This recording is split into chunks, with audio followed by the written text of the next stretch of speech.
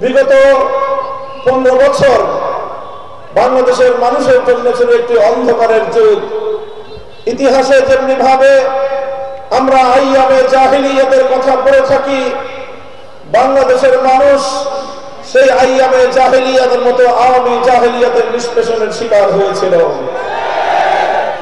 এই আওয়ামী জাহিলিয়াতের রূপকার ছিল ভিনদেশী ক্রিয়নদ, বাংলাদেশের মাটি এবং মানুষের দুশ্মন, যুগের লেডি ফেরাউন শেখ হাসিনা। 1975 সালে শেখ হাসিনার পিতা শেখ মুজিবুর রহমান সাহেব একটি সামরিক অভ্যুত্থানে নিহত হবার পর শেখ হাসিনা আন্তর্জাতিক গণমাধ্যমে ঘোষণা দিয়েছিল যে জাতি তার বাবাকে হত্যা করেছে তিনি সেই জাতির কাছ থেকে প্রতিশোধ গ্রহণ করবেন। সেই ঘোষণা দিয়ে তিনি বসে থাকেননি। বিগত 50 বছর শেখ হাসিনা যে রাজনীতি করেছে সেই ছিল 1 নম্বর বৈশিষ্ট্য ছিল বিভাজনের রাজনীতি, 2 নম্বর বৈশিষ্ট্য ছিল শেখ হাসিনার প্রতিশোধের রাজনীতি। শেখ হাসিনা প্রতিশোধ গ্রহণ করেছে বাংলাদেশের মানুষের কাছ থেকে, শেখ হাসিনা প্রতিশোধ গ্রহণ করেছে বাংলাদেশ রাষ্ট্রের কাছ থেকে, শেখ হাসিনা প্রতিশোধ গ্রহণ করেছে দল হিসেবে আওয়ামী লীগের কাছ থেকে। অনেকে আমার এই কথা আশ্চর্য বোধ করেন যে আওয়ামী লীগের কাছ থেকে শেখ হাসিনা কি প্রতিশোধ দিল। আপনারা নেট দুনিয়ায় ভাইরাল শেখ হাসিনার একটি বক্তব্য শুনে থাকবেন। তিনি সেখানে বলেছেন তার দলের প্রতি ক্ষোভ প্রকাশ করে 75 সালের 15ই আগস্ট 32 নম্বরে শেখ মুজিবুর রহমান সাহেবের লাশ গুলিবিদ্ধ হয়ে পড়ে থাকলে এত বড় আওয়ামী লীগ লক্ষ লক্ষ দল নেতা কর্মী কেউ তো সেদিন এগিয়ে আসেনি শেখ মুজিবুর রহমানকে রক্ষা করার জন্য, অন্তত পক্ষে তার এই গুলিবিদ্ধ লাশটাকে উদ্ধার করবার জন্য এত বড় দলের কেউ সেদিন এগিয়ে আসেনি। সঙ্গে প্রত্যক্ষভাবে আওয়ামী লীগ জড়িত ছিল। এই জন্য শেখ হাসিনা থেকেই প্রত্যয় এবং জুলাই আগস্টের এই বিপ্লবের মধ্য দিয়ে, এই ঘটনা প্রবাহের মধ্য দিয়ে দিবালোকের ন্যায় পরিষ্কার হয়ে তিনি প্রতিশোধ গ্রহণ করেছেন। আমি মনে করি যখন 5ই আগস্ট শেখ হাসিনার পতন ত্বরান্বিত হয়, আগস্টের শুরু থেকেই শেখ হাসিনা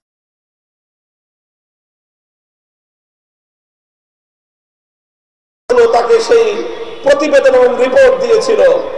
আমরা শুনে থাকি রাষ্ট্রীয় গোয়েন্দা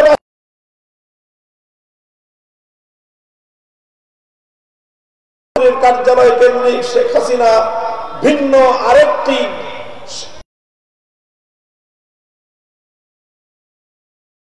স্বাভাবিকভাবে তারাও রিপোর্ট দিয়েছিল। আর সবচেয়ে বড় কথা, তিনি হিসেবে বাংলাদেশের মানুষের উপর শাসন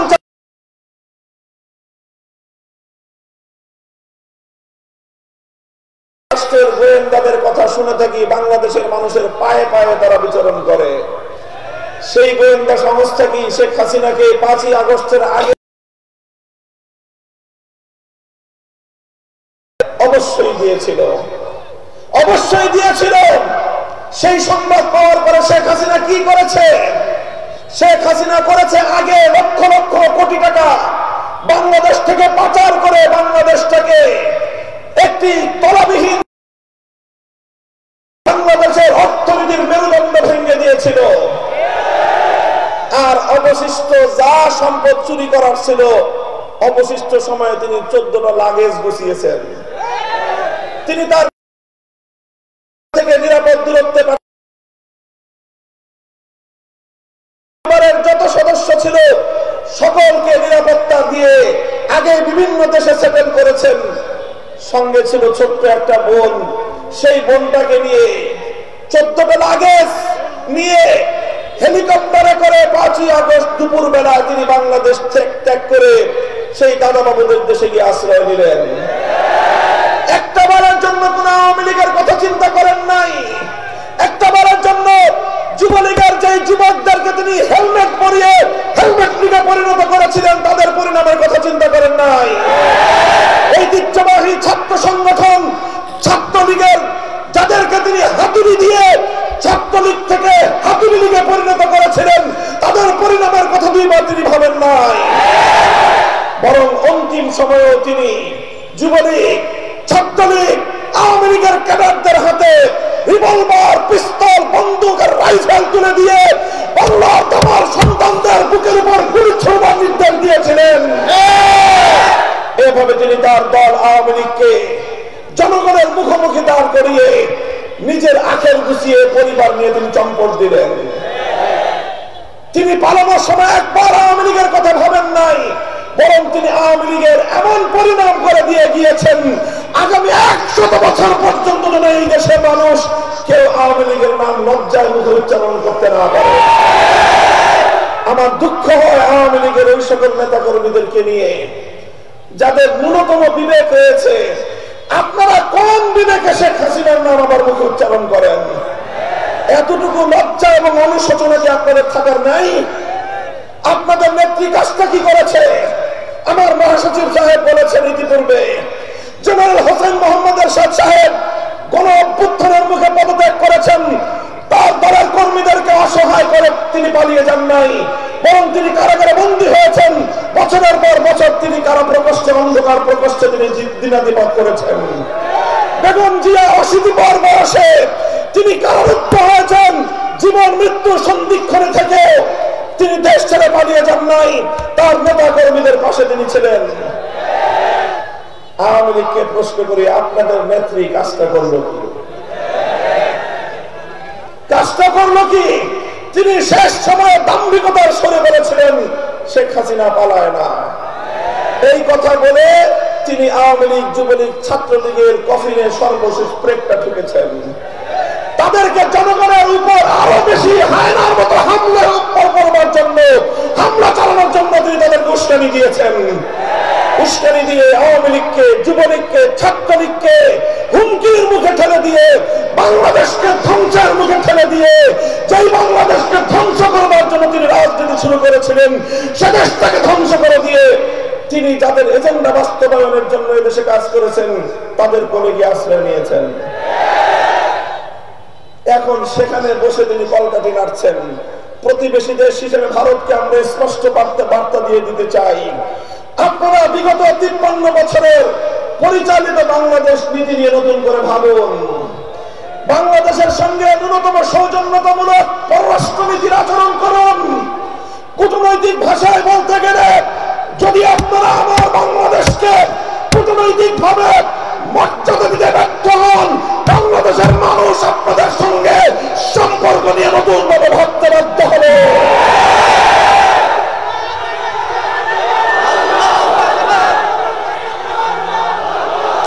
সংগ্রামী সাথী ও বন্ধুগণ, শেখ হাসিনা এবং আওয়ামী লীগ রাজনীতি করেছিল।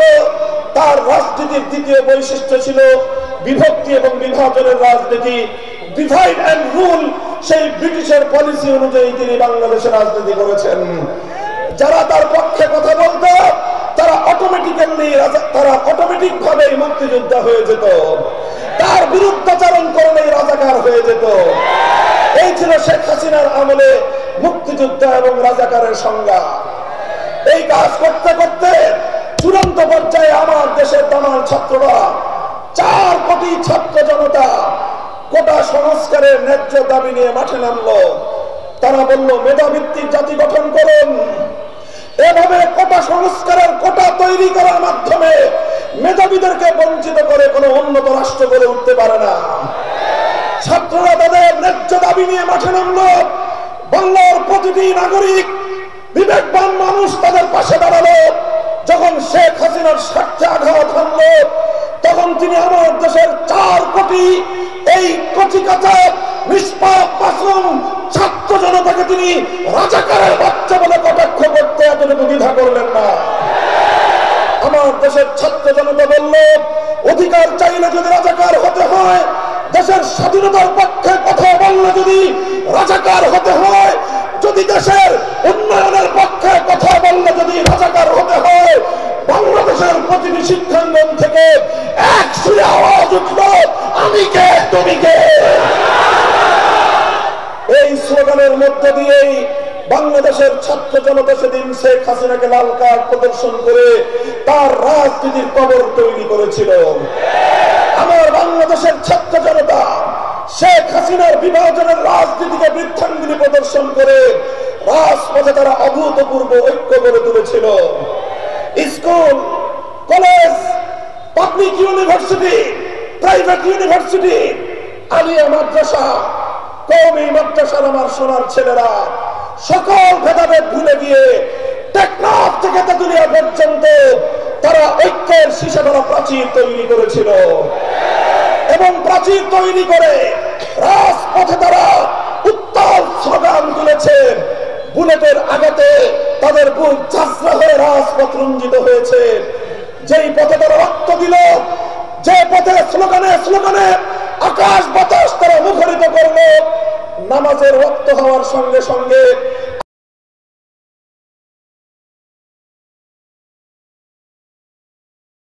আকাশ বাতাস প্রকম্পিত করল। আমার ছাত্ররা রাজপথে দাঁড়িয়ে তারা সেই তাদের বুকের রক্ত দিয়ে বিধৌত বাংলার রাজপথকে জায়নামাজ বানিয়ে আল্লাহর দরবারে সিজদায় লুটিয়ে পড়ল। নামাজের পরে দুহাত তুলে খোদার দরবারে তারা অস্ত্র ছেড়ে দিয়ে ফরিয়াদ করলো, সাহায্য প্রার্থনা করলো। আমার আল্লাহ সাহায্য করেছেন, বলেন কথা ঠিক কিনা? আল্লাহ যখন সাহায্য করলেন, বাংলাদেশের মানুষ বিপ্লবের জন্য প্রস্তুত হলো, গণঅভ্যুত্থানের জন্য মানুষ প্রস্তুত হলো। শেখ হাসিনা এবং তার রাষ্ট্রপতি এবং তাকে আশ্রয় প্রশ্রয় দানকারী সাম্রাজ্যবাদী প্রতিবেশী রাষ্ট্রের সমস্ত ষড়যন্ত্র জালকে ছিন্ন করে জনগণের বাঁধ ভাঙা জোয়ার গণভবনের দিকে ছুটে গেল।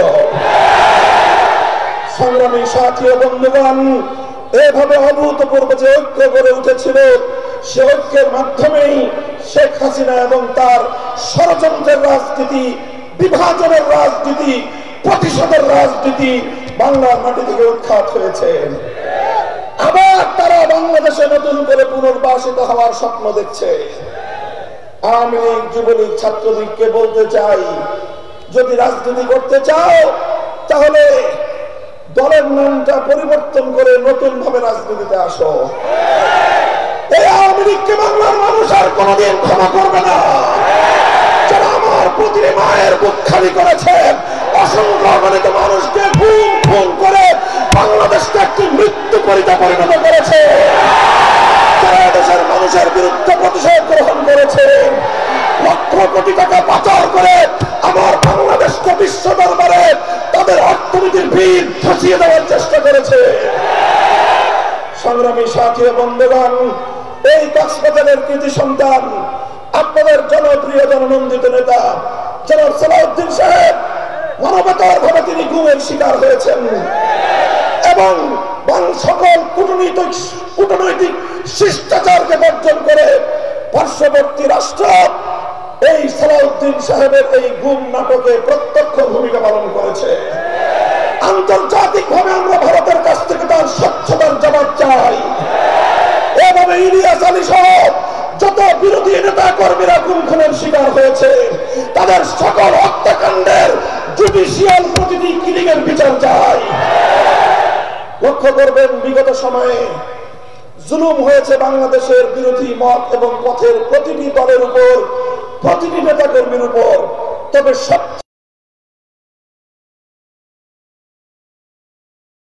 ইসলামী আন্দোলনকে নেতৃত্ব শূন্য করবার জন্য ইসলামী আন্দোলনের নেতা কর্মীদের বিরুদ্ধে এক সারাশি অভিযান তারা পরিচালনা করেছে। জুডিশিয়াল ভাবে হত্যা করবার আগে ইসলামী নেতৃত্বের চরিত্র হননের চেষ্টা করেছে।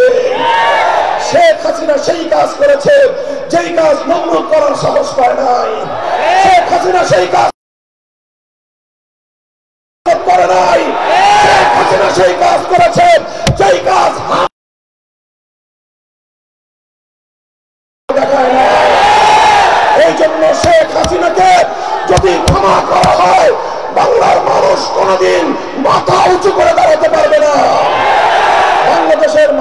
আত্মমর্যাদা বোধ আর কোনদিন জেগে উঠবে না। এই জন্য শেখ হাসিনার ক্ষমা নাই। অন্তর্বর্তীকালীন সরকারের কাছে আমরা উদাত্ত আহ্বান জানাতে চাই, প্রতিটি সদস্যকে বিচারের কাঠগড়ায় দাঁড় করাতে হবে।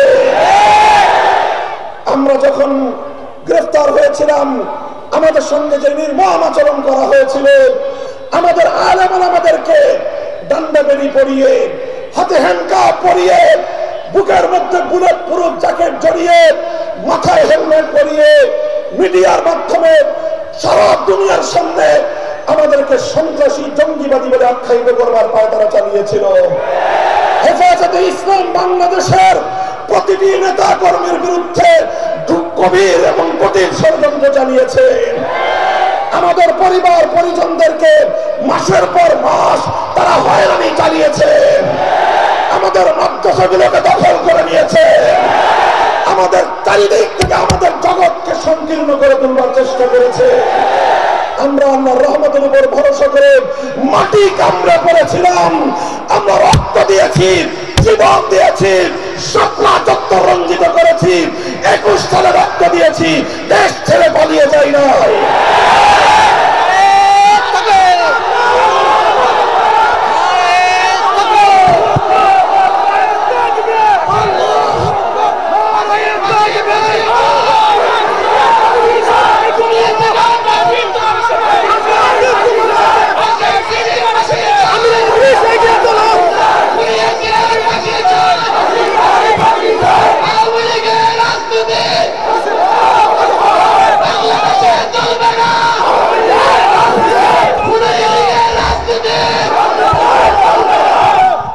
পরিষ্কার ভাষায় বলতে চাই, সন্ত্রাসী সংগঠন হিসেবে ছাত্রলীগকে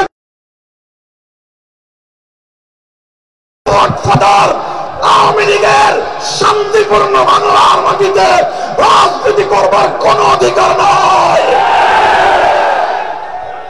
বিএনপির নেতৃবৃন্দকে বলবো, সে একই কথা, সুশীলগিরি ভালো,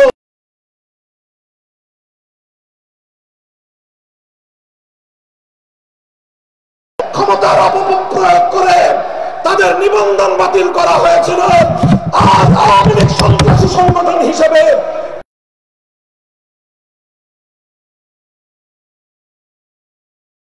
বাংলাদেশে নিষিদ্ধ না করবার আর কোন অজুহাত অবশিষ্ট নাই। কক্সবাজারের এই জনসমুদ্র থেকে আমি আওয়ামী লীগের রাজনীতি নিষিদ্ধ করবার দাবিটা নয়, নিষিদ্ধ করবার দাবিটা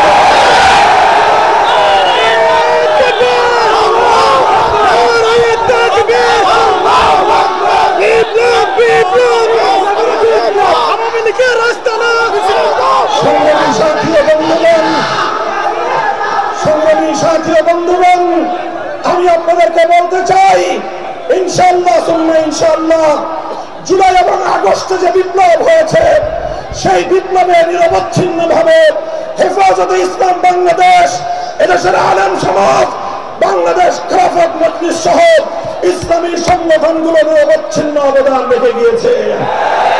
রক্ত দিয়েছি আমরা 13 সালে, রক্ত দিয়েছি আমরা 21 সালে, রক্ত দিয়েছি আমরা গোটা 15 বছর ধরে, নিগৃহীত হয়েছি আমরা। আগামীর বাংলাদেশ গড়ে তোলবার দায়িত্ব আমাদের। আমরা বলি 5ই আগস্টের বিপ্লব এটা ছিল তাওহীদবাদী বিপ্লব। 5ই আগস্টের দুপুর বেলায় 1 ঘন্টার ব্যবধানে এই বিপ্লবী অভ্যুত্থানকারী জনতা টেকনাফ থেকে তেতুলিয়া ভাস্কর্য নামক সমস্ত মূর্তি ভেঙে গুড়িয়ে দিয়েছে। কিন্তু কোন হিন্দুদের মন্দিরে চুলের টোকা দেয় নাই, হিন্দুদের কোন প্রতিমায় আঘাত করা হয় নাই, বৌদ্ধ অথবা খ্রিস্টানদের গির্জা অথবা প্যাগোডায় কেউ আক্রমণ চালায় নাই। এ থেকে বোঝা যায় বাংলাদেশে ইসলাম পন্থীরাই সবচেয়ে বেশি সাম্প্রদায়িক সম্প্রীতিতে বিশ্বাসী। আওয়ামী লীগ এবং তার দোসররাই বিগত 15টা বছর পর্যন্ত সংখ্যালঘুদেরকে নিয়ে নাটক করেছে। সংখ্যালঘু নির্যাতনের নাটক করে রাতের বেলায় কালনাগিনী হয়ে ছবল মেরেছে, দিনের বেলায় ওঠা হয়ে ছাড়তে এসেছে। এখন আর নাটকের সেই খলনায়িকাও নাই, নাটকও নাই। সংখ্যালঘু ভাইদেরকে বলবো, হিন্দু বৌদ্ধ খ্রিস্টানদেরকে বলবো, আগামীর বাংলাদেশে ইসলামপন্থীরা ঐক্যবদ্ধ হয়েছে ব্যালট বাক্স প্রদান করবে, আপনারাও সেই ব্যালটে অংশগ্রহণ করে অসাম্প্রদায়িক এক বাংলাদেশ গড়ে তুলবো আমরা। সকল ইসলামপন্থীদের প্রতি আমাদের উদাত্ত আহ্বান, বাংলাদেশের মানুষ একবার সোনার বাংলাদেশ দেখেছে, এরপরে নতুন বাংলাদেশ দেখেছে, এরপরে সবুজ বাংলাদেশ দেখেছে, এরপরে ডিজিটাল বাংলাদেশ দেখেছে। যাওয়ার সময় আমাদের আপা আমাদেরকে স্মার্ট বাংলাদেশের ভেলকিও দেখায় গেছে। অনেক রং বেরঙের বাংলাদেশ এদেশের মানুষ দেখেছে। এদেশের মানুষ এবার ইসলামের বাংলাদেশ দেখতে চায়, এবার খিলাফতের বাংলাদেশ দেখতে চায়।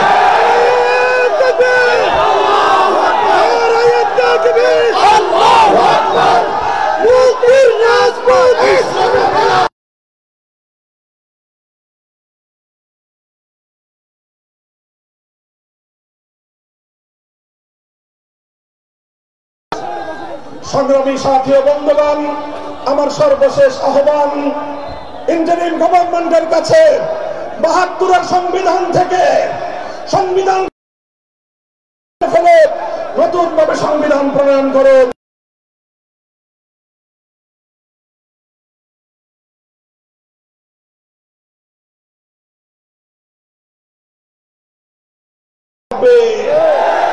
আল্লাহর উপর অবিচল আস্থা এবং বিশ্বাস পুনর্বহাল করতে হবে। রাষ্ট্র ধর্ম ইসলাম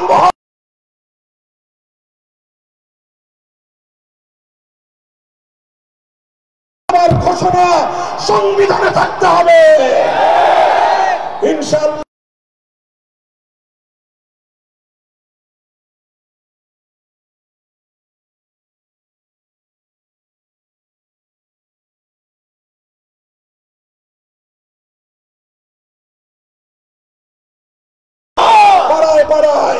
মহল্লায় মহল্লায়, ইউনিয়ন, থানা, ওয়ার্ডে, প্রতিটি মসজিদ ভিত্তিক বাংলাদেশ খেলাফত মজলিস, যুব মজলিস, শ্রমিক মজলিস এবং ছাত্র মজলিসের দুর্গ গড়ে তুলুন।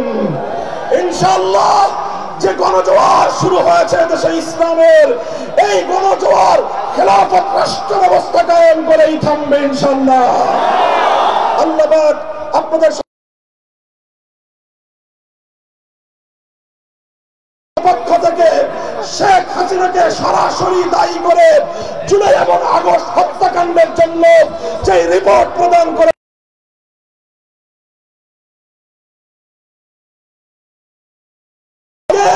নিষিদ্ধ করবার ক্ষেত্রে আর কোন অজুহাত অবশিষ্ট নাই। শেখ হাসিনাকে ধরে এনে বিচারের কাঠগড়ায় দাঁড় করাতে হবে ইনশাআল্লাহ। আগামীর বাংলাদেশ হবে ইসলামের বাংলাদেশ। বাংলাদেশ খেলাফত মজলিস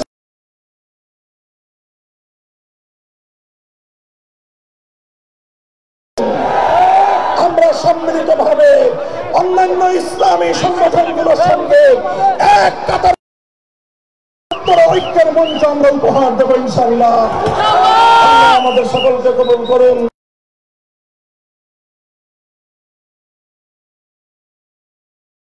الله وبحمده سبحانك اللهم وبحمدك أشهد أن لا إله إلا أنت أستغفرك وأتوب إليك.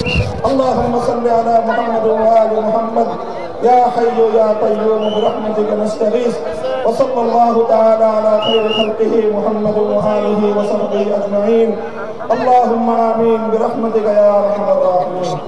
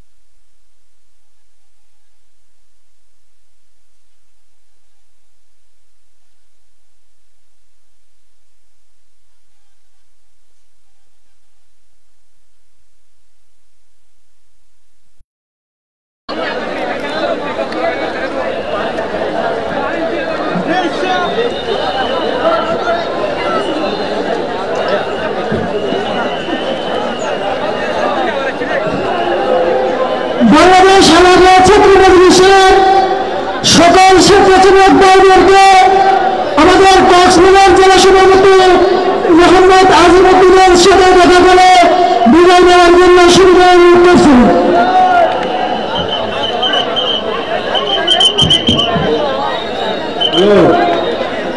আসসালামু আলাইকুম ওয়া রাহমাতুল্লাহি ওয়া বারাকাতুহু। আমরা ধৈর্য ধরে মাগরিবের নামাজের প্রস্তুতি গ্রহণ করুন।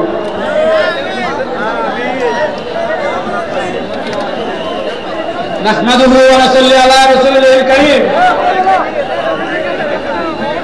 আম্মা বা'দ, আউযু বিল্লাহি মিনাশ শাইতানির রাজীম।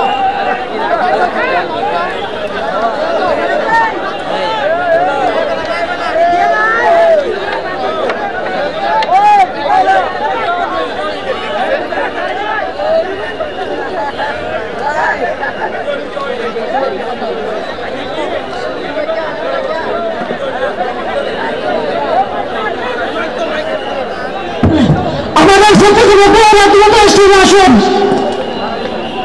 স্বেচ্ছাসেবক পুরোদমে স্টেজে না থেকে আপনারা দ্রুত স্টেজে চলে আসুন। স্বেচ্ছাসেবক ভাইয়েরা দ্রুত স্টেজে আসুন।